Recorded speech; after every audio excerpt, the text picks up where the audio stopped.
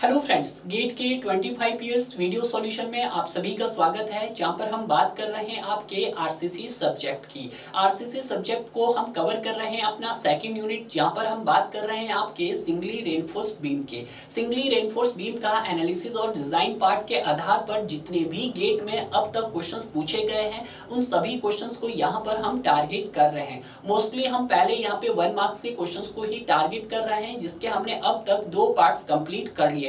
अगर आपने अभी तक उन दोनों ही पार्ट्स को कवर नहीं किया है तो पहले आप उन दोनों पार्ट्स को कवर कीजिएगा। आज जो हम बात करेंगे आपके पार्ट थर्ड को डिस्कस करेंगे, और पार्ट थर्ड में भी जो आपके मोस्टली क्वेश्चंस रहेंगे वो आपके 1 मार्क्स के क्वेश्चंस रहेंगे। तो अगर आपने मेरी प्रीवियस पार्ट कवर नहीं किया है तो पहले आप प्रीवियस पार्ट को कवर कीजिएगा। तो आइए बात करते हैं आज के इस सेशंस के अपने पहले क्वेश्चंस की। तो ये रहा पहला क्वेश्चन आपकी स्क्रीन के ऊपर। हालांकि जब आप इस क्वेश्चंस को देखते हैं तो देखने से आपको ऐसा लगता है कि सर ये क्वेश्चंस हमारे लिए बहुत टफ है, बट मैंने आपको पहले भी बताया है कि जो क्वेश्चन चाहे जितना बड़ा हो या चाहे उसमें किसी भी प्रकार का डायग्राम आपको ऑलरेडी दिया है, वो क्वेश्चन उतना ही इजी है अगर आप उसको अच्छे से देखोगे। बहुत सारे स्टूडेंट तो क्या करते हैं, क्वेश्चन को देखते ही भाग जाते हैं, यानी कि क्वेश्चन को सॉल्व करते ही नहीं है। उन्हें लगता है सर मुझसे नहीं बनेगा क्योंकि मैंने इस तरह का क्वेश्चंस नहीं कवर किया है। बट अगर आपने मेरे अब तक दोनों ही प्रीवियस पार्ट्स कवर किए हैं तो मुझे नहीं लगता है यार कि इस क्वेश्चंस का आप विद इन 10 सेकंड में आंसर दे पाएंगे, क्योंकि जो ये क्वेश्चन है आपका फिर से आपके एजम्पशंस के आधार पर ही इस क्वेश्चन को पूछा गया है आपका गेट 2015 में 1 मार्क्स सेट 1 के अंदर। देखिएगा क्वेश्चंस क्या बोला गया है। क्वेश्चंस बोल रहा है कि consider the singly reinforced beam, कि एक सिंगली रेनफोर्स्ड बीम को कंसीडर किया गया है इन द फिगर बिलो। आपको दिख रहा है कि सर वन एंड सर उसका कैसा है, सर वन एंड सर उसका हिंज है, तो दूसरा एंड सर कैसा है, सर उसका रोलर है। यानी कि कौन से सेक्शंस की बात कर रहा है, कौन से बीम की बात कर रहा है आपके पास, वो बीम कर रहा है आपके पास सिंगली रेनफोर्स्ड बीम, और ऐसे सिंपली सपोर्टेड बीम हम उसको डिजाइन कर रहे हैं। क्लियर है। यहाँ पर आपका 2 लोड कर रहे हैं, पी लोड जिसको आप क्या बोलते हैं, पॉइंट लोड बोलते हैं। आगे क्या बोला है, at the cross section x x, और उसने एक सेक्शन कट किया है आपका x axis. Which of the following statement is true at the limit state. आपको बताना है कि कौन सी स्टेटमेंट आपके पास ट्रू है। देखिएगा स्टेटमेंट 1 क्या बोलता है, the variation of stress is linear and that of strain is non linear. यानी कि इसमें किसकी बात कर रहा है, स्ट्रेस और स्ट्रेन की वेरिएशन की बात कर रहा है। क्लियर है। अगर हम बी की बात करते हैं तो बी में क्या बोल रहा है कि जो वेरिएशन ऑफ स्ट्रेन होगा वो आपका लीनियर होगा, और जो स्ट्रेस का होगा वो कैसा होगा सर, नॉन लीनियर होगा। उसी तरह से अगर सी ऑप्शंस की बात करते हैं, the variation of both stresses और स्ट्रेन लीनियर होगा। क्या हमने ऐसा पढ़ा है, नहीं पढ़ा है सर। उसी तरह से लास्ट ऑप्शन क्या है, the variation of both stresses and strain, वो आपका कैसा रहेगा सर, नॉन लीनियर रहेगा। तो इसके लिए हमें थोड़ा सा एजम्पशंस को एक बार फिर से रिवाइज कर लेते हैं। ठीक है, डायग्राम की मदद से ही आपको बताऊंगा। आपके पास सपोज कीजिएगा एक सिंगली रेनफोर्स्ड बीम है। कौन सा बीम है, सिंगली रेनफोर्स्ड बीम। अब इस सिंगली रेनफोर्स्ड बीम को जब मैं 2 पार्ट्स में डिवाइड करता हूं तो उस एक्सिस को क्या बोला जाता है सर, उस एक्सिस को न्यूट्रल एक्सिस बोला जाता है। न्यूट्रल एक्सिस आपकी ओ एक्सिस होती है, जहां पे आपका बेंडिंग मोमेंट क्या किया जाता है, न्यूट्रलाइज किया जाता है। यानी कि उस एक्सिस पे आपका टेंशन स्ट्रेसेस 0 होती है और कंप्रेशन स्ट्रेसेस भी 0 होती है। क्लियर है। तो यहाँ पे देखिएगा, तो यहाँ पे क्या है, आपका ऊपर कंप्रेशन है सर और नीचे आपका न्यूट्रल एक्सिस से टेंशन है। तो टेंशन जोन में हमने क्या प्रोवाइड कर दिया है सर, आपके मेन बार्स प्रोवाइड कर दी है, और उन मेन बार्स को हम क्या बोल रहे हैं, एज ए AST बोल रहे हैं। ठीक है। इसके सेंट्रोइडल एक्सिस से लेकर आपके आउटर मोस्ट पार्ट तक हम क्या बोलेंगे सर, आपका इफेक्टिव डेप्थ बोलेंगे। और ये क्या हो जाएगी सर, इसकी सर ये हो जाएगी इसकी विड्थ हो जाएगी। कुछ यही पढ़ा है हमने, बिल्कुल सही यही पढ़ा। तो हमें सबसे पहले क्या देखना है, इसका स्ट्रेन डायग्राम देखना है। तो स्ट्रेन डायग्राम के लिए आपको क्या करना पड़ेगा, आपने देखा था कि जो सर स्ट्रेन डायग्राम बनेगा मेरा, वो सेंट्रोइडल एक्सिस से लेकर आपका आउटर मोस्ट कंप्रेशन फाइबर तक कैसा रहेगा सर, वो आपका दिखेगा। जब पहले लोड नहीं लगा था, अभी इसके ऊपर मान लो लोड नहीं लगा है, तो ये आपका स्ट्रेन डायग्राम कैसा रहेगा, बिल्कुल लीनियर रहेगा। आफ्टर लोडिंग ये जो स्ट्रेन डायग्राम है वो आपका टिल्ट करेगा इंक्लाइन, बट अभी भी जो इसका सेक्शंस रहेगा वो कैसा रहेगा, आपके पास पूरा का पूरा आपका प्लेन रहेगा। क्लियर है। यानी कि हमारा जो ये रहेगा तो ये कैसा रहेगा सर, आपके पास लीनियर रहेगा। ठीक है, ये वाला। तो यहाँ पे हम किसकी बात कर रहे हैं, आपके स्ट्रेन डायग्राम की बात कर रहे हैं। तो ये हो गया हमारे पास, दैट इज स्ट्रेन डायग्राम। इसके यहाँ पे थोड़ा सा इसको नीचे तक ले आओ, बिल्कुल एग्जैक्ट बनाने की कोशिश करो भाई, ठीक है, ये वाला डायग्राम। तो ये हो गया आपके पास ये वाला, ठीक है। तो यहाँ पर हो गया मेरे पास स्ट्रेन डायग्राम, ठीक है। अब जब ये स्ट्रेन डायग्राम हो गया सर, तो इसका मैं कुछ ना कुछ आउटर मोस्ट कंप्रेशन फाइबर भी होगा, जो कितना था सर मेरे पास 0.0035 था, ठीक है। और आपका कुछ ना कुछ यहाँ पर एक्सियल भी था सर, कितना था सर 0.002 था, ठीक है। अब मान लेते हैं मैं इसको, ये क्या है सर आपकी actual depth of neutral axis है, यानी कि XU। मैं एज ए बैलेंस सेक्शन बात कर रहा हूँ, ठीक है। एज ए बैलेंस सेक्शन बात करेंगे तो XU किसके इक्वल हो जाएगा आपका पास यहाँ पर सर, XU लिमिट के इक्वल हो जाएगा, यानी कि limiting depth of neutral axis. Limiting depth of neutral axis आपकी O एक्सिस होती है, जहां पर आपके पास stress in compression and stress in tension अपनी परमिसिबल वैल्यू तक रीच कर जाती है। क्लियर है। तो यहाँ पे जो मेरा स्ट्रेन डायग्राम बना वो कैसा बना सर आपके पास, लीनियर बना। तो यानी कि जो ये स्ट्रेन डायग्राम बना वो कैसा बना सर आपके पास, लीनियर बना, ठीक है। तो कंप्रेशन है तो कुछ ना कुछ टेंशन में भी होगा, तो should not be less than 0.002 plus 0.87 Fy divided by ES, कुछ यही था। तो स्ट्रेन डायग्राम यहां से मेरे पास कैसा आएगा, लीनियर आएगा। तो इसने क्या बोला, the variation of strain is non linear. तो पहला ऑप्शन तो हो ही नहीं सकता, क्योंकि स्ट्रेन का वेरिएशन कैसा आएगा सर, लीनियर आएगा। उसी तरह से अब हम देखेंगे स्ट्रेस ब्लॉक का, यानी कि स्ट्रेस डायग्राम देखेंगे। तो स्ट्रेस डायग्राम कैसा रहेगा, ये भी देखिएगा। तो आपका 0.002 तक सर वो कैसा रहता था सर, आपका पैराबोला रहता था, और उसके बाद कैसा रहता था आपके पास, रिमेन्स कांस्टेंट, यानी कि लीनियर रहता था। तो यहाँ पर आपके पास कुछ ना कुछ टेंशन भी आया होगा इसमें, स्ट्रेसिस टेंशन, ठीक है। तो यहाँ पे कितनी थी आपके पास सर, 0.446 FCK थी, कुछ यही थी। तो इसको हम राउंड करके क्या लिख सकते थे सर, और लिख सकते हैं हम सर 0.45 FCK लिख सकते थे। क्लियर है। तो यहाँ पर आपका जो स्ट्रेस डायग्राम वो कैसा मिल रहा है मुझे, तो यानी कि अगर हम बात कर लेते हैं आपके स्ट्रेस डायग्राम की, तो स्ट्रेस डायग्राम आपको कैसा दिख रहा है सर, नॉन लीनियर दिख रहा है।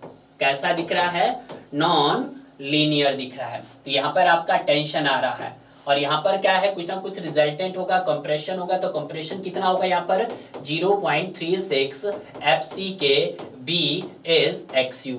क्लियर है, ये बात याद रखना। तो सर यहाँ पर इसका पैराबोलिक का पोर्शन कितना होगा सर आपके पास, 4/7 XU होगा। कितना होगा सर, 4/7 XU होगा। और सर रेक्टेंगुलर पोर्शन कितना होगा आपके पास, 3/7 XU होगा, ठीक है। और यहाँ से आपका लीवर आर्म भी आ जाएगा। तो लीवर आर्म क्या रहेगा आपके पास, D-0.42 XU रहेगा। और यहाँ पर क्या आ गया आपके पास सर, कितना है, 0.42 XU है, यानी कि इतना ही रहेगा जितना आपका रेक्टेंगुलर का पोर्शन रहेगा, उस पे ही लाई करेगा आपका CG ऑफ कंप्रेशन। क्लियर है। तो ये बात आपको ध्यान रखना है। क्लियर है। तो यहाँ से हमें क्वेश्चंस मिल गया है कि जो हमारे पास द वेरिएशन ऑफ स्ट्रेन कैसा रहा, variation of strain sir linear रहा, और स्ट्रेस का सर मेरे पास नॉन लीनियर रहा। तो यहाँ पे राइट ऑप्शंस क्या हो गया आपके पास, बी हो गया है। तो सारी के सारी एजम्पशंस भी आपको क्लियर हो गई है, और आपको जो एक्स्ट्रा डाटा था वो भी यहाँ पे क्लियर होगा। सर यहाँ पे टेंशन कितना आया होगा, ये भी देखिएगा। यहाँ पे जो टेंशन आया होगा वो 0.87 FyAST आया होगा। क्लियर है। टेंशन भी पता लग गया सर। यहाँ पे कंप्रेशन कितना आया होगा सर आपका, 0.45 FCK आया होगा। स्ट्रेन भी पता लगा है sir, outer most compression fibre पे कितना आया सर, 0.0035 आया। और सर आपके टेंशन पे कितना आया sir, should not be less than 0.002 plus 0.87 FyES आया। क्लियर है। तो राइट आंसर हो गया सर मेरे पास यहाँ पर B is the right option हो गया है। अब मूव करते हैं हम अपने नेक्स्ट क्वेश्चंस की तरफ। नेक्स्ट क्वेश्चन जो है आपका बिल्कुल सिमिलर टू दिस क्वेश्चंस। आपको अगर ये समझ आ गया है तो दूसरे क्वेश्चंस का आंसर आप इजीली निकाल दोगे, क्योंकि दूसरे क्वेश्चंस में क्या बोला गया है, दूसरे क्वेश्चंस में बोला है कि according to IS 456/2000 which one of the following statement about the depth of neutral axis, यानी कि XU balance for the balanced reinforced concrete section is correct। किसकी बात कर रहा हो, आपके एक्सयू लिमिटिंग की बात कर रहा है, यानी कि limiting depth of neutral axis की बात कर रहा है। ध्यान दीजिएगा, तो थोड़ा सा हम यहीं पे देख लेते हैं, हमें क्या देखना है, limiting depth of neutral axis. तो जो मेरे पास actual depth of neutral axis होगा उसको मुझे किसके इक्वल करना पड़ेगा, आपका एक्सयू लिमिट के इक्वल करना पड़ेगा। एक्सयू लिमिट आपके पास वो डेप्थ है जहां पे stress of concrete and stress of steel अपनी परमिसिबल वैल्यू तक रीच कर जा रहा है। क्लियर है, तो उसी को हम क्या बोलेंगे सर, एक्सयू लिमिट बोलेंगे। तो यहाँ पे हम क्या लगाएंगे सर, कुछ सिमिलरिटीज लॉ लगाएंगे। क्या लगाएंगे सर, सिमिलरिटीज लॉ। तो देखिएगा यहां तक का अगर डिस्टेंस आपका d है और ये xu, तो रिमेनिंग डिस्टेंस क्या हो जाएगा सर आपके पास, d माइनस xu हो जाएगा। तो xu की जगह हम क्या लिख सकते हैं, xu लिमिट लिख सकते हैं, यस सर लिख सकते हैं, क्योंकि बैलेंस सेक्शन में मैंने xu is equal to xu limit किया है।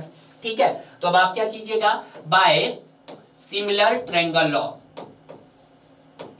Similar triangle law. ठीक है, यहीं पे हो गया, क्योंकि डायग्राम हमें सेकंड टाइम नहीं बनाना पड़ रहा है। तो देखिएगा यहाँ पे अब सिमिलरिटीज लॉ लगाएंगे यहाँ पर, तो देखिएगा कैसे यहाँ पे सिमिलरिटीज लॉ लगाएंगे। यहाँ पर आपके पास कितना है, फोर्स कितनी आ रही है सर, 0.0035, तो आपके पास 0.0035 डिवाइडेड बाय क्या कर देंगे आप, एक्सयू लिमिट। तो ये हो जाएगा आपके पास एक्सयू लिमिट हो जाएगा। ठीक है, उसी तरह से आप यहाँ पे कर लीजिएगा, यहाँ पे क्या है आपके पास sir, 0.002 plus 0.87 Fy divided by ES to क्या हो जाएगा आपके पास, D माइनस एक्सयू लिमिट हो जाएगा, D माइनस एक्सयू लिमिट हो जाएगा। क्लियर है, यहां तक पहुंच गए हम। अब हम क्या करेंगे, यहाँ पे कुछ को इस तरह से लिख सकते हैं, इसको क्या सर, एक्सयू लिमिट, इस वाली टर्म को ऊपर ले जाओ तो d माइनस एक्सयू लिमिट हो जाएगा यहाँ से। ठीक है, और इस वाली टर्म को एज इट इज रहने दीजिएगा, ये एक्सयू लिमिट हो जाएगा आपके पास, इज इक्वल टू यहाँ पे क्या जाएगा सर, ये हो जाएगा 0.002 हो जाएगा plus 0.87 Fy divided by ES हो जाएगा, अगेन डिवाइडेड बाय ये नीचे आ जाएगा तो 0.0035 हो गया है। क्लियर है, यहां तक हम पहुंच गए हैं। अब इसी को आप क्या कीजिएगा, इसको आप और किस फैशन में लिख सकते हैं, देखिएगा अगर मैं यहां से क्या करूं, d डिवाइडेड बाय एक्सयू लिमिट करूं, तो यहाँ पे जो मेरे पास -1 है उधर चल के क्या हो जाएगा, +1 हो जाएगा। तो यहाँ पे कर लेंगे हम इसको कि d upon एक्सयू limit, d upon एक्सयू limit मेरे पास क्या बन जाएगा, यहाँ पर ये बन जाएगा सर 0.002 प्लस 0.87 Fy। ES की जगह क्या पुट करेंगे सर हम, 2 × 10⁵ डिवाइडेड बाय क्या है, 0.0035 है, +1 करेंगे। क्लियर है, कुछ इस तरह, क्योंकि -1 का उधर जाके क्या हो जाएगा आपके पास, +1 हो जाएगा। तो क्या मैं इसको इस फैशन में लिख सकता हूँ, again एक्सयू limit divided by d। तो यहाँ से क्या रिलेशन मिल जाएगा मुझे, तो यहाँ से रिलेशंस बन जाएगा आपके पास कुछ इस तरह से। देखिएगा 700, मैं डायरेक्ट लिख रहा हूँ 1100 प्लस 0.87 Fy, आपके पास ये रिलेशंस बन जाएगा। क्लियर है, और यही रिलेशंस है जो आपने यहाँ पे क्या रखना है, थोड़ा सा इसको लर्न रखना है। क्लियर है, ये वाला रिलेशंस क्लियर है। तो ये जो आया आपके पास ये क्या है, तो देखिएगा XU limit by d is equal to क्या आ गया सर आपके पास, k आ गया। तो क्या आप यहाँ से बता सकते हैं कि एक्सयू लिमिट जो मेरे पास आया वो किस पे आया आपके पास, k पे आया। ठीक है, अब अगर हम बात करते हैं कि जो यहाँ पर जो आपका एक्सयू लिमिट है वो किस पे डिपेंड करता है, आपका ग्रेड ऑफ स्टील पे डिपेंड करता है। तो यहाँ पे लिखिएगा कि जो limiting depth of neutral axis है, limiting depth of neutral axis is depends on grade of steel only,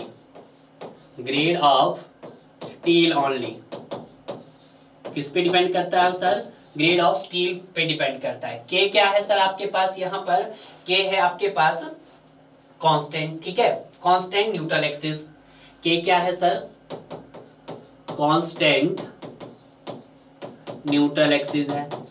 ठीक है, तो इसके लिए हम कुछ डिफरेंट ग्रेड देखेंगे। ठीक है, तो देखिएगा यहाँ पर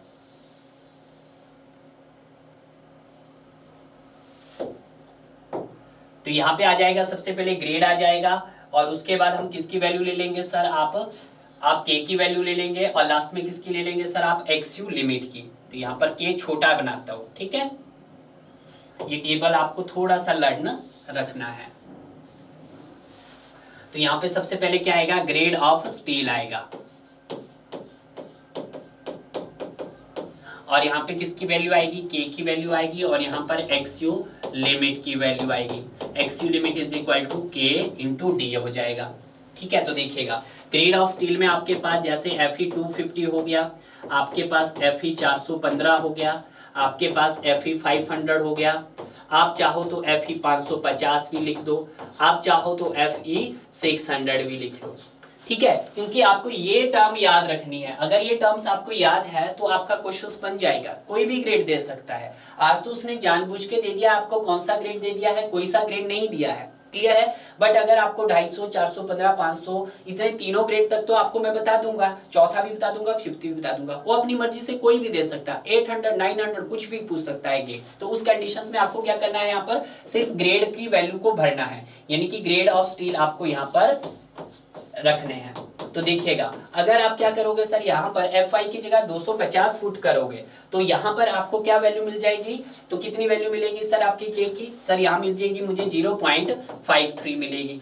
415 की जगह सर 0.48 हो जाएगा, 0.46 हो जाएगा सर, 0.44 हो जाएगा, उसी तरह से 0.43 हो जाएगा, क्लियर है। तो एक्स लिमिट क्या हो जाएगा, के को सिर्फ किससे मल्टीप्लाई कर दीजिएगा, डी से मल्टीप्लाई कर दीजिएगा।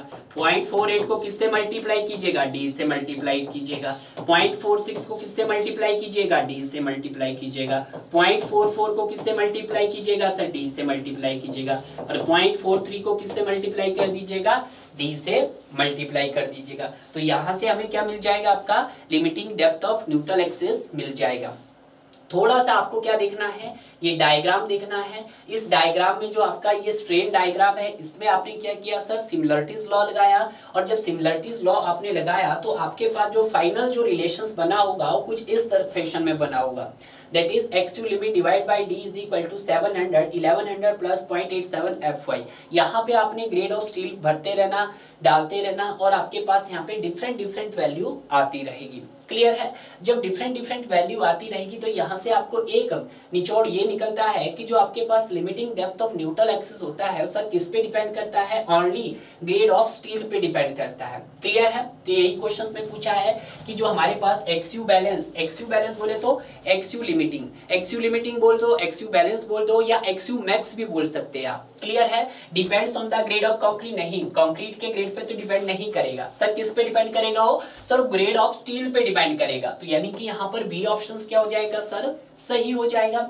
सी भी देख लेते हैं, depends on both grade of concrete and grade of steel. क्या आपको यहाँ पे कहीं ग्रेड ऑफ कंक्रीट दिखाई दिया, जब हमने क्या किया स्ट्रेन डायग्राम में सिमिलरिटीज लॉ लगाया तो आपको कहीं यहाँ पर ग्रेड ऑफ स्टील दिखा, नहीं दिखा, सॉरी कंक्रीट दिखा, नहीं दिखा। यहाँ पे तो सिर्फ किसके रिस्पेक्ट में बात की जा रही है, आपके ग्रेड ऑफ स्टील के रिस्पेक्ट में बात की जा रही है। तो सर सी तो कभी ऑप्शन हो नहीं सकता, ऐसा हो नहीं सकता कि सर वो आपके हाँ कि XU balance does not depend on grade of concrete and grade of steel, नहीं ग्रेड ऑफ स्टील पे तो क्या करता है सर, डिपेंड करता है। तो ऑप्शन तो ये भी गलत हो गया है। तो राइट आंसर क्या हो गया आपके पास, B is the right option, clear है। तो देखिएगा पहले क्वेश्चन के साथ ही मैंने इसको लिंक जानबूझ के करवाया ताकि आपका पहला क्वेश्चन ये 2015 में पूछा गया है, ये भी आपका सही हो जाए, और साथ में हमने आपका XU limiting depth of neutral axis का कंसेप्ट भी आपको क्लियर करवा दिया है, क्लियर है।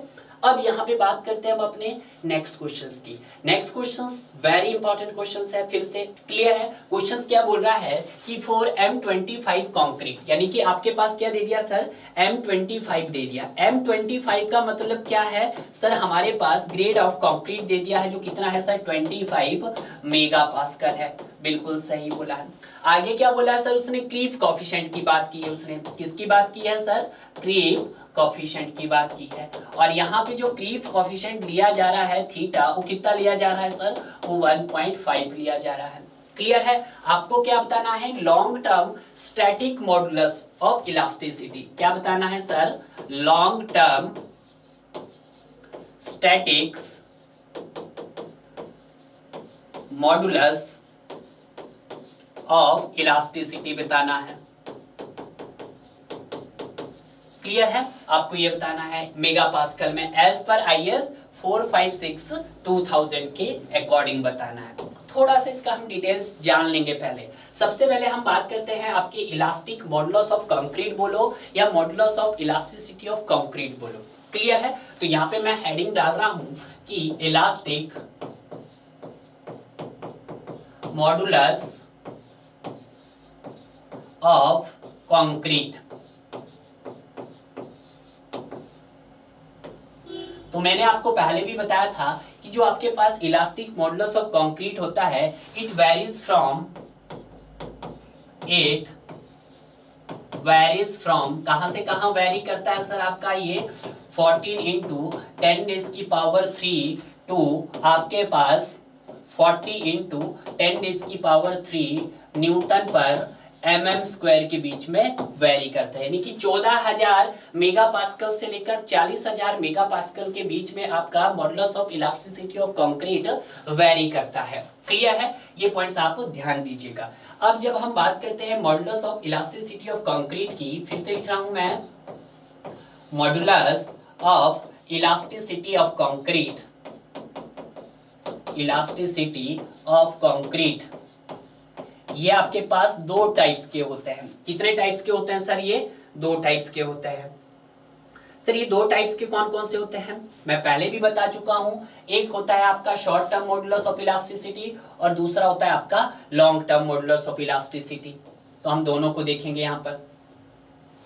एक होता है शॉर्ट टर्म, एक होता है short term modulus of elasticity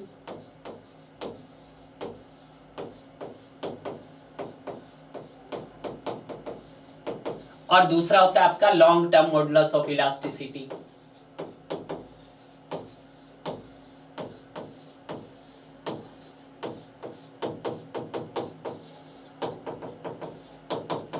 ठीक है, कोई बात नहीं, उधर तक चला गया है, कोई बात नहीं। ठीक है, इसको यहां पे ऐसे कर लेते हैं। ठीक है, अब हम किसकी बात कर रहे हैं? पहले short term modulus of elasticity की बात करेंगे। किसकी बात करेंगे? Short term modulus of elasticity की, और फिर हम बात करेंगे long term modulus of elasticity की। क्लियर है? इसको मैं थोड़ा सा हटा देता हूं। ठीक है, चलो रहने देते हैं यहीं पे। अब जब हम बात करते हैं शॉर्ट टर्म, सर इसको शॉर्ट टर्म नाम क्यों दिया गया? ये तो बात की बात है, पहले इसका नाम जान लेते हैं। जो आपके पास short term modulus of elasticity होता है इसी को हम क्या बोलते हैं? Short term static modulus of elasticity. इसको क्या बोला जाता है sir? Short term statics modulus of elasticity, modulus of elasticity बोलते हैं। ठीक है, अभी बताऊंगा। और अगर हम बात करते हैं long term modulus of elasticity को, तो इसको क्या बोला जाता है? Long term statics modulus of elasticity बोलते हैं।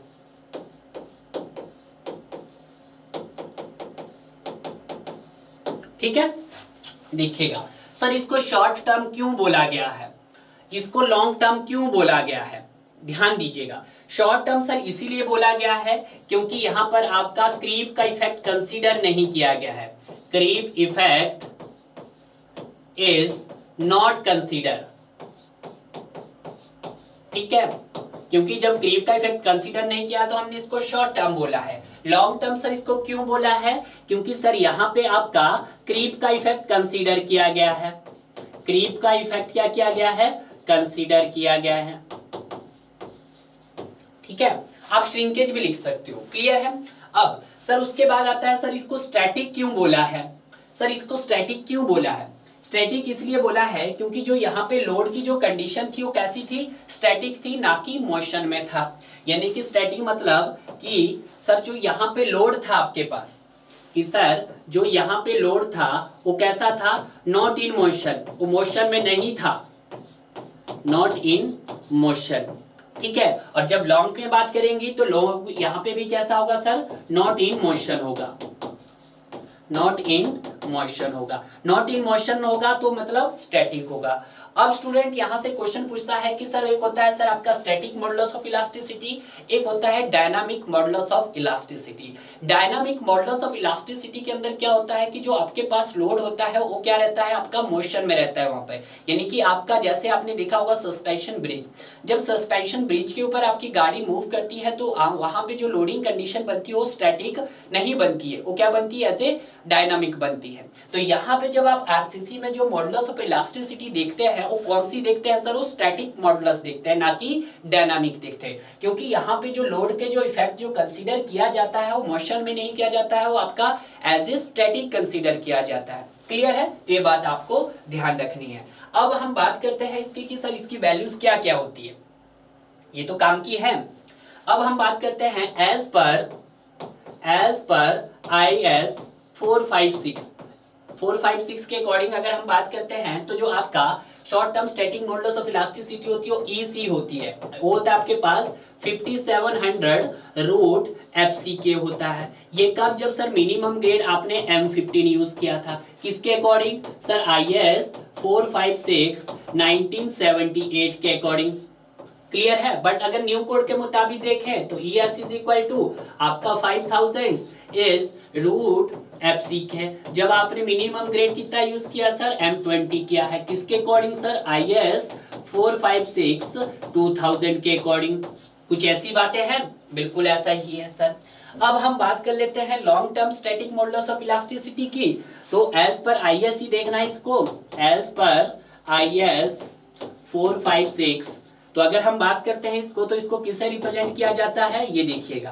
तो ये हो जाता है आपके पास ECE is equal to EC upon 1 plus theta. EC कितना है आपके पास 5000, न्यू कोड के मुताबिक देखना है 5000 root FCK divided by 1 plus theta. Old code के मुताबिक क्या हो जाएगा आपके पास, ओल्ड कोड के मुताबिक 5000 की जगह क्या लेंगे आप, 5700 लेंगे।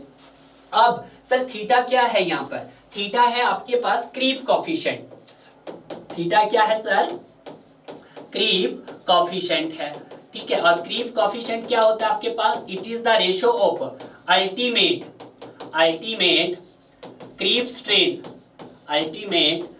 Strain to the elastic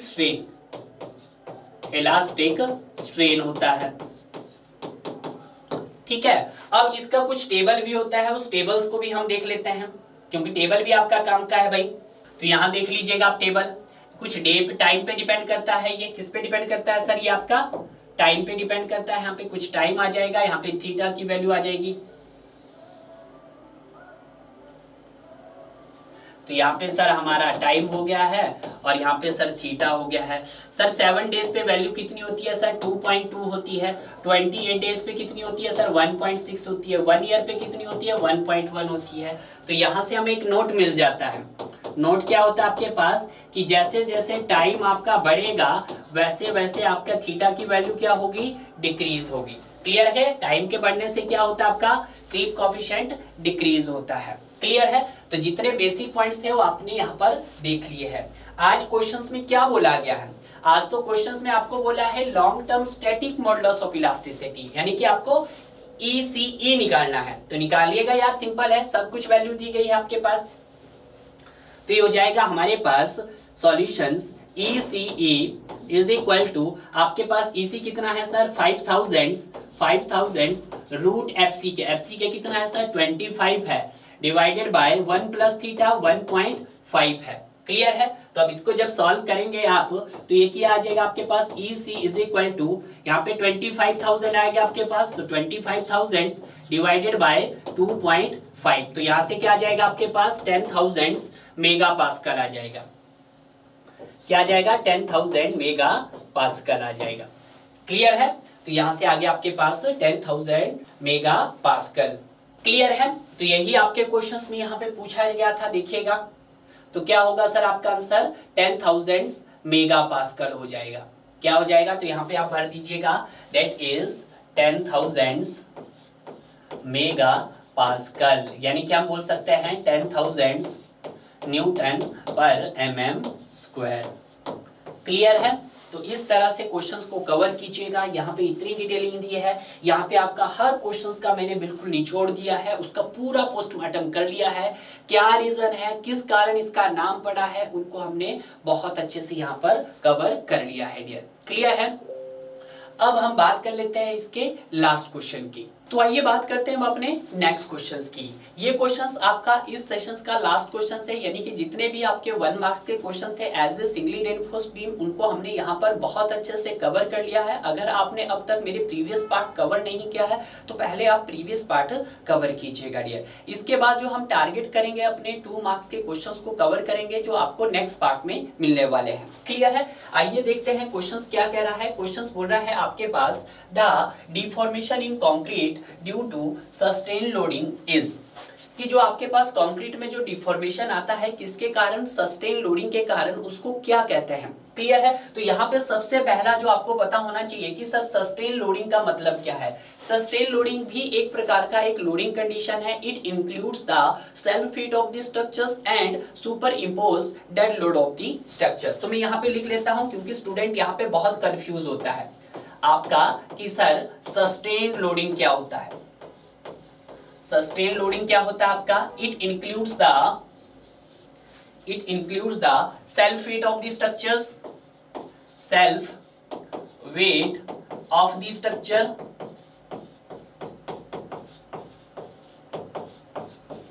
and super imposed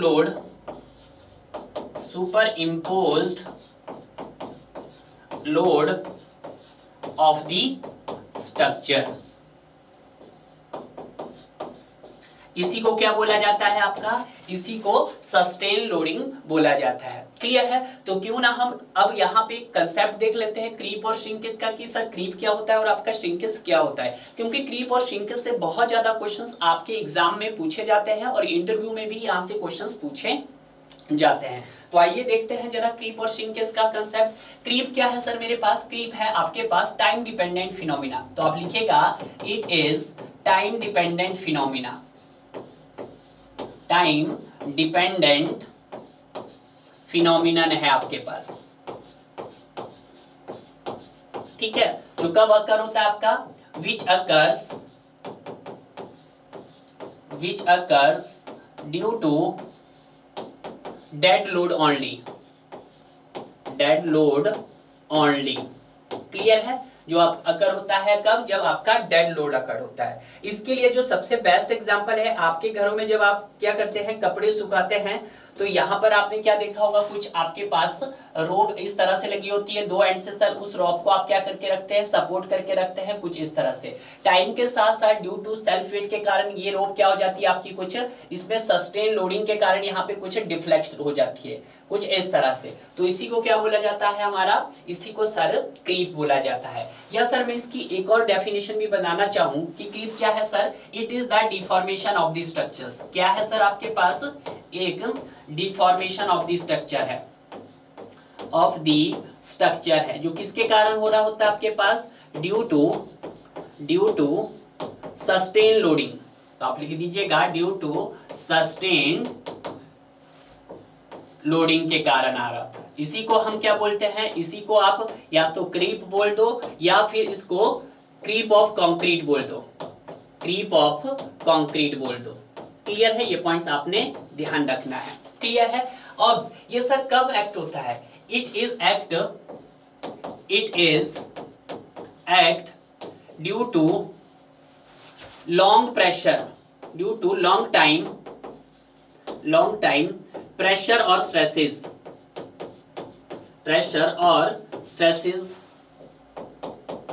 कि जब क्या होता है आपका, कि जब लॉन्ग टाइम आपका प्रेशर और स्ट्रेसेस एक्ट करता है आपके ऑन कंक्रीट स्ट्रक्चर पर। ठीक है? यानी कि यहां से एक कंसेप्ट क्लियर हुआ है कि जो क्रीप है आपके पास ये लॉन्ग टाइम फिनोमिना है। क्लियर है? क्योंकि मैंने आपको पहले बताया था एक शॉर्ट टर्म है होता है, कब का, लॉन्ग टर्म होता है। जब हम लॉन्ग टर्म की बात करते हैं तो वहां पर हम क्रीप का इफेक्ट को कंसीडर करते हैं। क्लियर है? और जब हम शॉर्ट टर्म की बात करते हैं तो यहाँ पे आपके क्रीप के इफेक्ट कंसीडर नहीं किए जाते हैं। क्लियर है? तो यहाँ पे ये चीज हो गई है। अब इसी तरह से हम देखेंगे कि सर इसको आप किस तरह से समझते हैं। ठीक है। तो इसका थोड़ा सा हम एक डायग्रामेटिकल भी देख लेते हैं, और इसका जो हम देखेंगे आपके पास कर्व बनेगा एक। उस कर्व को समझने से पहले हमें कुछ इसका प्रिंसिपल और मैकेनिज्म समझना बहुत जरूरी है। यहाँ पे मेरे पास क्या है, एक कंक्रीट का स्ट्रक्चर है। जैसे ही मैं क्या करता हूँ, इस कंक्रीट के स्ट्रक्चर्स के ऊपर लोडिंग डाल देता हूँ। क्या कर देता हूँ मैं, इसको लोडिंग डाल देता हूँ। फॉर एग्जाम्पल आपके घरों पे सोफा होगा, कुछ इसी प्रकार से है। जैसे ही आप सोफे पे गए, अभी सोफे आपका खाली है, आपने सोफे पे जैसे ही आप बैठे तो सोफे में क्या दिखा होगा आपको, हल्का सा कंप्रेशन दिखा होगा। तो हल्का सा कंप्रेशन दिखा होगा यानी कि आपका सोफा क्या होगा, कंप्रेस हुआ होगा। ठीक है, कब सर, आपका टी टाइम 0 पे। जब टी टाइम 0 पे कंप्रेस हुआ होगा तो कितना कंप्रेस हुआ, यानी कि कितना चेंज आया आपके स्ट्रक्चर्स में, कुछ इतना चेंज आया सर। तो इसी को क्या बोलते हैं हम, तो इसी को बोलते हैं सर आपका इलास्टिक डिफॉर्मेशंस। क्या बोलते हैं सर इसको, इलास्टिक डिफॉर्मेशन बोल दो या इलास्टिक स्ट्रेन बोल दो। क्लियर है। अब क्या किया आपने, आप उस सोफे के ऊपर क्या करे सर, लॉन्ग टाइम तक सर उसके ऊपर आप बैठे रहे। जैसे ही आप लॉन्ग टाइम तक बैठे रहे तो आपके सोफे में और ज्यादा कंप्रेशन हुआ, तो यहाँ पर आ गया कुछ और ज्यादा कंप्रेशन हुआ। ठीक है, ये वाला है। तो इस टाइम आपका टाइम टी 0 नहीं है, 0 से तो ग्रेटर देन है, बट इन्फिनिटी से सर आपका छोटा है टाइम, कुछ इसी तरह से है। तो यहाँ पे भी आपका कुछ ना कुछ क्या हुआ, चल चेंज इन डिफॉर्मेशन हुआ। अब जो ये चेंज इन डिफॉर्मेशन हुआ, इसी को हम क्या बोलते हैं सर, क्रीप डिफॉर्मेशंस बोलते हैं। क्रीप डिफॉर्मेशन बोलो या फिर क्रीप स्ट्रेन बोला जाता है। क्लियर है। देखिएगा, जैसे ही मैं क्या किया है, इनिशियल स्टेज पे हमने सोफे पे बैठना शुरू किया तो वहां पे क्या है, आपका सोफे में थोड़ा सा वो कंप्रेस हुआ है। तो जो थोड़ा सा कंप्रेस हुआ उसको कौन सा स्ट्रेन बोलेंगे, हम इलास्टिक स्ट्रेन बोलेंगे। ये फिनोमिना आपके कंक्रीट स्ट्रक्चर्स में होते हैं। क्लियर है। सोफा तो मैं एक आपको एग्जांपल के लिए दे रहा हूं। जैसे आप उस क्या कर रहे हैं, उस सोफे के ऊपर आप लॉन्ग टाइम तक बैठे रहे तो वो और ज्यादा कंप्रेस करने की कोशिश किया, तो उसी को हम क्या बोलते हैं सर, क्रीप स्ट्रेन बोलते हैं। ये जो दोनों कंडीशंस आपकी एक्ट होती है सर, कब एक्ट होती है, जब आपकी लोडिंग कंडीशंस हो। कैसी कंडीशन हो, लोडिंग कंडीशंस हो। अब आप क्या कर दो, लोडिंग से अनलोड, जैसे ही आप क्या किया, सोफे से आप उठ गए तो आपका क्या करना, जो आपका सोफा था वो अपनी ओरिजिनल पोजीशन में आने की कोशिश की, कुछ इस तरह की ओरिजिनल। तो उसी को क्या बोलेंगे हम पर, देखिएगा इतना आपको क्या मिला यहाँ पर, चेंज इन डायमेंशंस मिला। तो इसी को बोला जाता है आपका कौन सा रिकवरी, इलास्टिक रिकवरी। ये क्या है आपका, इलास्टिक रिकवरी। तो यहाँ पे लिख देते हैं हम, that is elastic recovery. Clear है। और लॉन्ग टाइम तक देखा हमने तो आपका सोफा फिर से ओरिजिनल शेप में आने की कोशिश करेगा, कुछ इस तरह से। तो इसी को क्या बोलेंगे सर हम, इसी को बोला जाता है आपका क्रीप रिकवरी। क्रीप रिकवरी क्या बोला जाता है सर, इसको क्रीप रिकवरी बोला जाता है। तो ये जो लास्ट की जो 2 कंडीशंस थी आपके पास, ये कौन सी कंडीशन है, आपकी अनलोडिंग कंडीशन है। ये कौन सी है, आपकी अनलोडिंग कंडीशन से। ये कब एक्ट कर रहा होगा, जब आपका टी टाइम इज 0 होगा। और ये कंडीशंस कब एक्ट कर रही होगी, जब आपके पास टाइम 0 से तो बड़ा होगा बट इन्फिनिटी से सर छोटा होगा। क्लियर है। तो ये चीज आपको ध्यान रखनी है। सिंपल सा एग्जांपल है, सोफा याद रखो। सोफे पे आप जैसे ही बैठोगे टी टाइम 0 पे तो आपका वहां पे कौन सा स्ट्रेन आएगा सर, इलास्टिक स्ट्रेन आएगा। आप उस पे लॉन्ग टाइम तक बैठे रहोगे तो वो और ज्यादा कंप्रेस होगा, तो वहां पे सर आपका क्रीप स्ट्रेन आएगा। जैसे ही आप सोफे से उठ जाओगे तो सोफा अपनी ओरिजिनल पोजीशन में आने की कोशिश करेगा, तो उसको हम इलास्टिक रिकवरी बोलेंगे। और लंबे समय तक उस पे कोई नहीं बैठा है, उस पे किसी भी तरह की लोडिंग कंडीशंस नहीं दी है, तो उसको हम क्रीप रिकवरी बोलेंगे। क्लियर है। तो यहां से क्वेश्चंस पूछे जाते हैं कि स्टेजेस ऑफ क्रीप, क्या क्वेश्चंस बनते हैं कि स्टेजेस ऑफ क्रीप, क्रीप के कौन कौन से स्टेजेस होते हैं। तो सबसे पहले जो आता है आपका वो इलास्टिक स्ट्रेन आता है। कौन सा आता है सर, इलास्टिक स्ट्रेन आता है। इलास्टिक स्ट्रेन के बाद कौन सा आता है सर, आपका क्रीप स्ट्रेन आता है। क्रीप स्ट्रेन आता है। और क्रीप स्ट्रेन के बाद आपका इलास्टिक रिकवरी आता है। क्या आता है सर, इलास्टिक रिकवरी आता है। और इलास्टिक रिकवरी के बाद सर आपका क्रीप रिकवरी आता है। क्रीप रिकवरी आता है। क्लियर है। आपको ये चीज ध्यान रखना है। क्लियर है।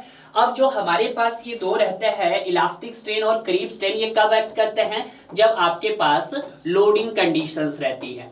क्लियर है। और जब आपके पास लास्ट के जो 2 रहते हैं, ये कब सर, जब हमारे पास अनलोडिंग कंडीशंस रहती है। कैसी कंडीशन सर, अनलोडिंग कंडीशंस रहती है। सर इलास्टिक स्ट्रेन कब एक्ट होता है आपका टी टाइम 0 पे, ठीक है, और क्रीप स्ट्रेन आपका टी मतलब 0 से तो क्या होगा सर बड़ा होगा बट आपका इंफिनिटी से छोटा होगा, और elastic strain sir T time 0 पे, और आपका क्रीप स्ट्रेन सर 0 से तो बड़ा होगा आपका टाइम बट आपका इंफिनिटी से छोटा होगा। तो ये क्वेश्चंस पूछे जा सकते हैं, आज तक तो नहीं पूछे हैं बट हो सकता है आने वाले अपकमिंग एग्जाम में यहाँ पूछ लिए जाते हैं। तो यहीं से हम क्या बना सकते हैं, इसका एक ग्राफ के थ्रू भी इसको हम देख सकते हैं क्योंकि क्वेश्चंस पूछे जाते हैं आपसे, ठीक है।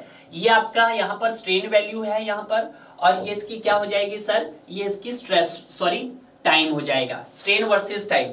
क्रीप का जो ग्राफ बनता है वो किस किस के बीच बनता है, आपका स्ट्रेन वर्सेस टाइम के बीच में बनता है, ठीक है। जैसे ही आपका सर टी टाइम 0 पे आपका कौन सा स्ट्रेन आएगा सर आपका इलास्टिक स्ट्रेन आएगा। तो ये वाली जो कंडीशंस यहाँ पे बन रही है मेरी, ये कौन सी बनी सर आपके पास, दैट इज इलास्टिक स्ट्रेन। तो क्या मैं इसको लिख सकता हूं सर, ये वाली कंडीशन कौन सी है आपकी, इलास्टिक स्ट्रेन, इलास्टिक स्ट्रेन है,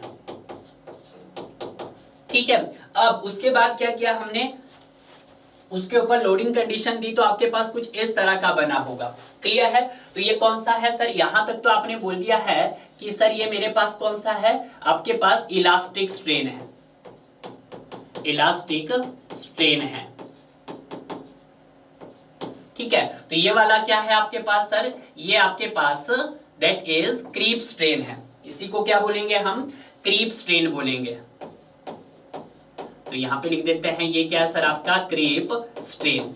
यहां पे जो इलास्टिक स्ट्रेन और क्रीप स्ट्रेन है ये ड्यू टू लोडिंग कंडीशंस है। जैसे ही आपने लोड को रिमूव किया, जैसे ही सर हमने लोड को रिमूव किया तो यहां पे क्या आया सर, आपको हल्का सा क्या दिखा होगा, वो अपना ओरिजिनल शेप में आने की कोशिश की होगी। जब ओरिजिनल शेप में आने की कोशिश की होगी तो उसको क्या बोला सर इसने, इलास्टिक स्ट्रेन बोला, सॉरी नॉट, उसको क्या बोला सर उसने, इलास्टिक रिकवरी बोला। तो इसको हम लिख देते हैं इलास्टिक रिकवरी, ठीक है। और इलास्टिक रिकवरी के बाद फिर से ओरिजिनल पोजीशन पे आने की कोशिश करा होगा अपनी, तो यहां पर कुछ इस तरह से बना होगा, कुछ इस तरह से। तो ये क्या बना आपके पास, ये वाला ग्राफ बन गया आपका क्रीप रिकवरी, ठीक है। तो यहां पे लिख दीजिएगा आप दैट इज क्रीप रिकवरी, यानी कि ग्राफ में आपको कुछ इस तरह से दिखाई देगा। ये पहले आपका इलास्टिक स्ट्रेन, फिर आपका क्रीप स्ट्रेन, फिर वो ओरिजिनल पोजीशन में आने की कोशिश करेगा तो आपको बोलेंगे इलास्टिक रिकवरी, और उसके बाद आपका क्रीप रिकवरी। अब जो आपके पास ये क्रीप रिकवरी से लेकर आपका डिस्टेंस जो रह गया, इसको क्या बोलेंगे सर हम, इसी को बोलेंगे रेजिडुअल स्ट्रेन। यानी कि कौन सा स्ट्रेन रहा आपके पास, परमानेंट स्ट्रेन, या तो परमानेंट स्ट्रेन बोलो या आप रेजिडुअल स्ट्रेन बोलो, रेजिडुअल स्ट्रेन बोलो आप, ठीक है। और ये रेजिडुअल स्ट्रेन होता है आपका परमानेंट होता है। तो कभी कभी अगर आपको ग्राफ दे दिया जाए और ग्राफ में आपके पास कुछ यहाँ पे लिख दिया जाए कि सर ये ए वैल्यू है, इसको क्या बोलते हैं, ये आपके पास बी है, इसको क्या बोला जाता है, ये आपके पास सी है, इसको क्या बोला जाता है, और ये आपके पास डी है, इसको क्या बोला जाता है, और ये क्या है आपके पास ई क्या है, क्लियर है। तो आपको बोल दिया जाता है कि इसमें A B C D E क्या है, तो आपको ये नेमिंग आना बहुत जरूरी है। किस तरह का आपका बिहेवियर रहता है आपके कंक्रीट का, कुछ इसी तरह का बिहेवियर देखा जाता है, क्लियर है। तो यहां से आपका जब लोडिंग की कंडीशन होती है, इलास्टिक स्ट्रेन और क्रीप स्ट्रेन, यहीं से हमें क्या मिलता है, एक कोफिशिएंट मिलता है, जिसको हम क्या बोलते हैं सर, क्रीप कोफिशिएंट बोलते हैं। क्या बोलते हैं सर, क्रीप कोफिशिएंट बोलते हैं, ये आप भी जानते हैं। क्रीप कोफिशिएंट जिसको सर हम थीटा से रिप्रेजेंट करते हैं, ये क्या होता है sir, it is the ratio of ultimate creep strain. तो हम लिख सकते हैं इसको, it is the ratio of creep strain to the elastic strain, creep strain to the elastic strain बोलते हैं, क्लियर है। तो इसी को क्या बोला जाता है, आपका क्रीप कोफिशिएंट बोला जाता है। क्रीप लिख दीजिएगा, क्रीप बोले तो थीटा, क्लियर है। अब ये जो क्रीप कोफिशिएंट है किस पे डिपेंड करता है, ये आपके टाइम के ऊपर डिपेंड करता है। तो अगर हम बात करते हैं आपकी टाइम हो गया यहाँ पर, और यहाँ पर हम थीटा की वैल्यू देख लेते हैं। 7 डेज पे ये वैल्यू कितनी होती है 2.2 होती है सर। 28 पे कितनी होती है सर आपकी 1.6 होती है, और 1 ईयर पे कितनी होती है सर ये 1.1 होती है। तो यहाँ से हमें एक रिलेशन मिलता है कि टाइम के साथ आपका जो थीटा है वो वेरी करता है, यानी कि जैसे जैसे टाइम बढ़ेगा वैसे वैसे आपका क्रीप कोएफिशिएंट क्या होगा, डिक्रीज होगा। क्लियर है? तो ये चीज आपको यहाँ पर क्लियर हो गई है। क्लियर है? जितने स्टेजेस थे हर स्टेजेस के बारे में जाना। Loading condition, unloading conditions questions पूछा जाता है कि which is act is the loading condition, creep strain and elastic strain. Option होगा A creep strain, option B होगा इलास्टिक स्ट्रेन, ऑप्शन सी होगा बोथ, ऑप्शन डी होगा नन ऑफ दिस। तो आपका आंसर क्या होगा, सी होगा। एक क्वेश्चन ये भी हो सकता है which of the following is under loading condition. पहला ऑप्शन दे दिया उन्होंने आपके पास इलास्टिक रिकवरी, दूसरा ऑप्शन दे दिया क्रीप रिकवरी, तीसरा दे दिया आपके पास अल्टीमेट क्रीप स्ट्रेन, और चौथा दे दिया नन ऑफ दी। तो लोडिंग कंडीशन में कौन सा आएगा आपके पास, अल्टीमेट क्रीप स्ट्रेन। इस क्रीप स्ट्रेन को आप अल्टीमेट क्रीप स्ट्रेन भी बोलते हैं। क्लियर है? ये बात आपको ध्यान रखनी है। तो जो भी आपका क्रीप का फंडा था वो तो आपको यहाँ पर क्लियर हो गया होगा। और क्रीप का जो यहाँ पे जो डायग्राम बनता है वो किस तरह से बनता है, कुछ इस तरह से बनता है। क्लियर है? हालांकि एक पैराबोलिक शेप ही दिखाई दे रही है आपके पास, लीनियर फिर पैराबोलिक। क्लियर है? कुछ इस तरह से। तो यही तो इन्होंने यहाँ पे कहा था क्रीप।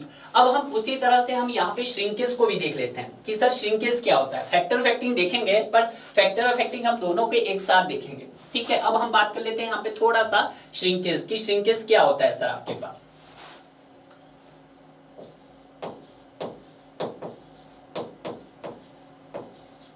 श्रिंकेज भी क्या है आपके पास, देखिएगा आपने क्या बनाया है, अपना कंक्रीट का स्ट्रक्चर्स बनाया है। जैसे ही आपने क्या किया है आरसीसी के अंदर, आप जैसे उसमें वाटर ऐड करते हैं तो वाटर ऐड करने से क्या होता है, आपका कंक्रीट में अपना कंप्रेशन आना शुरू हो जाता है। ठीक है, तो श्रिंकेज क्या बोलता है आपके पास, it is also time dependent phenomenon. तो ये आप भी लिख लीजिएगा, it is also time dependent phenomenon. ये भी आपके पास टाइम डिपेंडेंट फिनोमिनन है। ठीक है, ये बात ध्यान रखना है। या इसको आप प्लास्टिक फिनोमिनन भी बोल सकते हैं, टाइम डिपेंडेंट भी बोल सकते हैं सर इसको आप, और प्लास्टिक फिनोमिनन भी बोल सकते हैं। इसमें क्या होता है सर, आपका वॉल्यूम ऑफ रिडक्शन होता है। वॉल्यूम ऑफ रिडक्शन होता है आपके कंक्रीट स्ट्रक्चर का। इसके कारण due to the loss of, क्या होता है सर इसमें, वॉल्यूम ऑफ रिडक्शन होता है आपके कंक्रीट स्ट्रक्चर्स का। ठीक है, due to the loss of water, by capillary actions. बिल्कुल सही कि जब आप क्या करते हो है, सीमेंट में आप क्या ऐड करते हो, वाटर ऐड करते हो, यानी कंक्रीट में जब वाटर ऐड करते हो तो टाइम के साथ साथ क्या होता है आपका वहां पर वाटर का वेपराइजेशन होता है। जैसे जैसे आपका वाटर का वेपराइजेशन होता है, जो आपका कंक्रीट होगा वो क्या करने की कोशिश करेगा सर, वहां पर थोड़ा सा वो श्रिंक करने की कोशिश करेगा, यानी कि कंप्रेस होगा। वहां पे जो आपको अभी फैला हुआ दिखाई दे रहा था, उस समय के टाइम के साथ साथ पानी का वेपराइजेशन हो रहा है, तो जो आपका कंक्रीट का स्ट्रक्चर होगा वो क्या होगा, आपका छोटा दिखाई देगा। यानी कि वहां पर क्या होता है, आपका वॉल्यूमेट्रिक रिडक्शन रहता है। और ये वॉल्यूमेट्रिक रिडक्शन किसकी वजह से होता है, आपका due to loss of water की वजह से होता है। अब ये भी क्वेश्चन है कि सर जो आपका ये लॉस ऑफ वाटर होता है किसके कारण होता है, क्या कॉजेज है। ठीक है, तो ये भी देखिएगा, लॉस ऑफ वाटर में कॉजेज, लॉस ऑफ वाटर में कॉज किसके कारण होता है, सबसे पहला तो आपका सीमेंट हाइड्रेशन। किसके कारण, आपका सर सीमेंट हाइड्रेशन के कारण होता है। बिल्कुल सही सर, सीमेंट हाइड्रेशन। एक सर केमिकल हाइड्रेशन होता है, केमिकल हाइड्रेशन में क्या होता है आपका एक्सोथर्मिक रिएक्शन होता है। ठीक है, और उसके बाद कौन सा रहता है सर, एक रहता है सर आपके पास एम्बिएंट टेम्परेचर, कि जब आपका टेम्परेचर का क्या हो, इफेक्ट पड़ रहा हो, कि वहां पर क्या कर रहा है, टेम्परेचर वेरी कर रहा है, तो उसी को क्या बोलेंगे सर हम, एम्बिएंट टेम्परेचर। इसके कारण क्या होता है, आपका वाटर का वेपराइजेशन होता है। आप क्या करते हैं, देखिएगा जैसे ही हम क्या करते हैं सर, सीमेंट में जब वाटर को ऐड करते हैं तो वहां पे क्या होता है आपका हाइड्रेशन होता है। क्या होता है? हाइड्रेशन होता है। हाइड्रेशन किस तरह का हाइड्रेशन होता है? यहाँ पर एज ए केमिकल हाइड्रेशन होता है। और जब केमिकल हाइड्रेशन होता है तो इसके बाद यहाँ पे क्या बनता है? जेल बनता है, CSH जेल बनता है, और साथ में यहाँ पर आपकी हीट रिलीज होती है। अब जो ये हीट रिलीज होती है, इसी हीट रिलीज को हम क्या बोलते हैं? हीट ऑफ हाइड्रेशन बोलते हैं। क्लियर है? ये बात आपने ध्यान रखनी है। क्लियर है? तो ये क्या था? आपका श्रिंकेज था। अब हम देखते हैं इसी का ग्राफ भी हम देख लेते हैं। ठीक है, तो थोड़ा सा इसके ग्राफ हम नीचे देख लेते हैं यहीं पे, ताकि आपका कंसेप्ट यहीं पे। ठीक है, तो अगर मैं इसका क्या बनाना चाहूं, ग्राफिकल रिप्रेजेंटेशन देखना चाहूं, तो कुछ इस तरह से रहती है।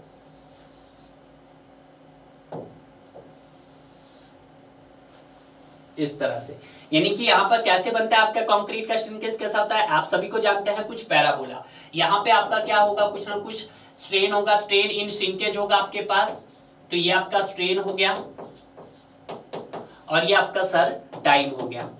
ठीक है, बट यहाँ पे क्या बोला है कि जो आपके पास श्रिंकेज स्ट्रेन होगा एज फॉर IS 456-2000, वो क्या होगा सर? 0.003 होगा। क्लियर है? तो ये भी आप लिख सकते हैं एज पर IS 456-2000 के अकॉर्डिंग जो आपके पास डिजाइन वैल्यू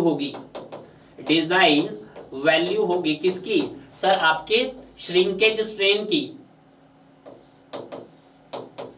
श्रिंकेज स्ट्रेन की strain should be taken as वो क्या होगी आपके पास? वो होगी सर 0.0003 होगी। ये क्वेश्चंस भी काफी बारी आपके एग्जाम के अंदर पूछा जाता है। क्लियर है? तो ये पॉइंट्स भी आपने यहाँ पर ध्यान रखना है कि अगर आपके पास डिजाइन वैल्यू पूछे एज ए श्रिंकेज स्ट्रेन, वो क्या रहती है? 0.003 रहती है। क्लियर है? तो यहां से आपको क्या कंसेप्ट क्लियर मिला कि सर आपका क्रीप क्या होता है और श्रिंकेज क्या होता है। क्रीप और श्रिंकेज दोनों ही कैसे फिनोमिना है? आपके टाइम डिपेंडेंट फिनोमिना है। क्लियर है? क्रीप में क्या होता है? आपके स्ट्रक्चर्स के अंदर डिफॉर्मेशन आते हैं, जो किसके कारण आते हैं? आपके सस्टेन लोडिंग के कारण आते हैं। सस्टेन लोडिंग आपके पास it include the self weight of the structures and superimposed dead load of the structures. Clear है? उसी तरह से जब हम बात करते हैं आपके श्रिंकेज की, तो श्रिंकेज भी क्या है? टाइम डिपेंडेंट फिनोमिना है। इसमें क्या होता है? आपका वॉल्यूमेट्रिक रिडक्शन होता है आपके कंक्रीट के अंदर, जो किसके कारण आता है? आपका by the loss of water की वजह से होता है। यहाँ पे जो आपका वाटर का लॉस होता है वो by the action of capillary होता है। कैसे हो सकता है सर? आपका केमिकल हाइड्रेशन की वजह से भी हो सकता है, आपका एज ए सीमेंट पेस्ट की भी वजह से भी हो सकता है आपका, और एज ए आपका एम्बिएंट टेम्परेचर की वजह से भी हो सकता है। क्लियर है? अब यहाँ पे कुछ फैक्टर अफेक्टिंग है जो आपके क्रीप और श्रिंकेज के काफी इंपॉर्टेंट है। कुछ फैक्टर ऐसे हैं कि जिनको बढ़ाने से आपका क्रीप बढ़ता है, और कुछ फैक्टर ऐसे हैं कि जिनको अगर आप बढ़ाओगे तो आपका क्रीप और श्रिंकेज क्या होता है सर? डिक्रीज होता है। तो यहाँ पे फर्स्ट देखेंगे, केस फर्स्ट, कि कुछ फैक्टर ऐसे हैं कि जिनको इंक्रीज करने से, कुछ फैक्टर्स ऐसे हैं कि जिनको इंक्रीज करेंगे तो आपका क्रीप भी क्या होगा सर? इंक्रीज होगा। ठीक है, कि इंक्रीज करने से क्या होगा? आपका क्रीप भी इंक्रीज होगा। कुछ फ्लोइंग फैक्टर इंक्रीज, तो यहां पे लिख देते हैं आप फ्लोइंग फैक्टर्स। अगर कुछ फ्लोइंग फैक्टर्स को इंक्रीज करेंगे तो आपका क्रीप भी इंक्रीज करेंगे। जैसे आपका हो गया क्रीप भी इंक्रीज होगा और आपका श्रिंकेज भी, ये भी दोनों लिख देते हैं। श्रिंकेज भी क्या होगा सर? आपका इंक्रीज होगा। जैसे देखिएगा फर्स्ट आता है आपका सीमेंट पेस्ट। ठीक है, सीमेंट पेस्ट के अलावा आता है आपका दूसरा आता है, दूसरा कौन सा आता है आपका? सीमेंट पेस्ट हो गया है, वाटर सीमेंट रेशो हो गया है, वाटर सीमेंट रेशो हो गया है, वाटर सीमेंट रेशो। उसके बाद आपको तीसरा देखना है आपका एम्बिएंट टेम्परेचर, एम्बिएंट टेम्परेचर्स। अगर आप इनकी क्वांटिटी को क्या करोगे? इंक्रीज। अगर सीमेंट पेस्ट बढ़ाओगे, वाटर सीमेंट इंक्रीज करोगे, एम्बिएंट टेम्परेचर वहां का अगर चेंज हुआ, तो ऑब्वियस सी बात है आपका क्रीप और श्रिंकेज, क्रीप एंड श्रिंकेज भी क्या होगा सर? आपका इंक्रीज होगा। क्या होगा सर? इंक्रीज होगा। अब केस 2 में कुछ ऐसे फैक्टर है केस 2 में sir following factor increase, following factor increase, तो आपका क्या होगा सर, क्रीप और श्रिंकेज क्या होगा, डिक्रीज होगा, क्रीप एंड श्रिंकेज क्या होगा सर, आपका डिक्रीज होगा। जैसे कि आपके पास हो गया यहां पर, इसमें हो गया आपके पास जैसे रिलेटिव ह्यूमिडिटी हो गया,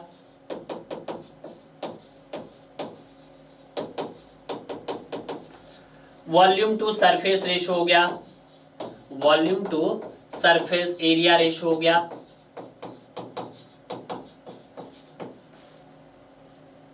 और तीसरा क्या है आपके पास, एज ऑफ कंक्रीट, ये हो जाएगा एज ऑफ कंक्रीट हो जाएगा। ठीक है, अगर इनके अमाउंट्स को बढ़ाओगे, अगर आपकी रिलेटिव ह्यूमिडिटी इंक्रीज हुई, volume to surface ratio increase हुआ, एज ऑफ कंक्रीट आपके पास इंक्रीज हुआ, तो आपका जो क्रीप और श्रिंकेज है, क्रीप एंड श्रिंकेज है, क्रीप एंड श्रिंकेज है, वो क्या होगा आपका सर, डिक्रीज होगा। क्लियर है, ये बात आपको ध्यान रखनी है। क्लियर है, तो यहां से कुछ फैक्टर्स ऐसे हैं कि जिनको बढ़ाने से क्रीप और श्रिंकेज बढ़ेगा। जैसे है सीमेंट बेस बढ़ाओगे, क्रीप और श्रिंकेज बढ़ेगा।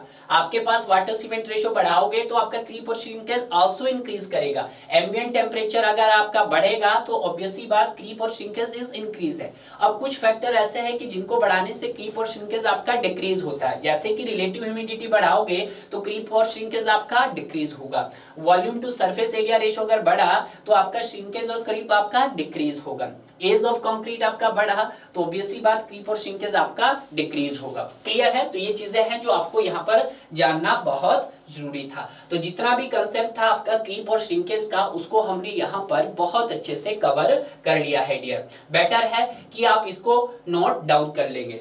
क्लियर है, अब यहाँ पे जो आपका आंसर हुआ सर, वो हो गया है सर हमारे पास क्रीप हो गया है। क्लियर है, क्योंकि ये क्या है, डिफॉर्मेशन इन कंक्रीट है। हाइड्रेशन क्या होता है कि जब आपका सीमेंट वाटर के साथ रिएक्ट करता है तो वहां पर आपका केमिकली हाइड्रेशन होता है, जिसको हम एक्सोथर्मिक रिएक्शंस बोलते हैं। क्लियर है, उससे क्या होता है, आपका एक CSH जेल बनता है, जिसकी जो प्रॉपर्टीज होती है वो एज ए टोबरमोलाइट जेल की तरह होती है। क्लियर है, और आपके पास वहां पर हीट रिलीज होती है। जैसे ही वहां पर आपकी हीट रिलीज होती है तो उसी को हम क्या बोलते हैं सर, हीट ऑफ हाइड्रेशन बोलते हैं। क्लियर है, तो यहाँ पे आपका राइट ऑप्शन क्या हो गया sir, A is the right option हो गया। क्लियर है, इसी तरह से हमारा जितना भी यहाँ पर 1 मार्क्स का सेशन था उसको हमने बहुत अच्छे से कवर किया है।